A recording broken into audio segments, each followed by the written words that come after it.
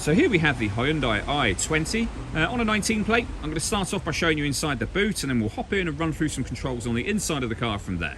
As we approach the back of the car, you can see we have reversing sensors, plenty of boot space as well, along with that 60/40 split folding rear seat should you wish to increase this space even further. Okay, now that we're inside the car, we're going to start with the dials. On the left-hand side, we have the rev counter. We have the speedometer and fuel gauge over on the right-hand side. In the center, you can see the total miles for the car, which are 9,655. Above that, we have a digital readout for the speedometer currently being displayed. You can change that information. We're on the kind of driving data menu at the moment, so lots of bits of trip computer and fuel economy information. But there are other menus available too. So you've got a kind of a vehicle settings and user settings menu there as well. And the buttons I was using to do that are just here. Over on that side, we've also got cruise control for the car.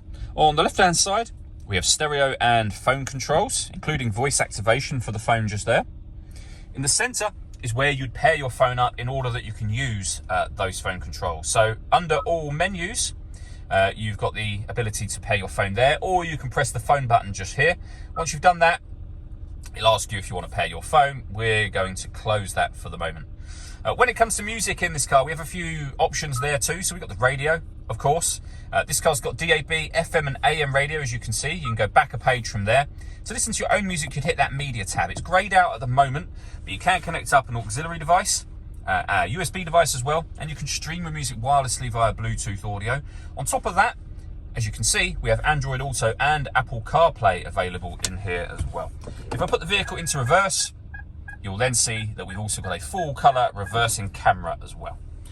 Working our way down from there, we have the air conditioning, so you can determine the direction of the air, the fan speed, the temperature.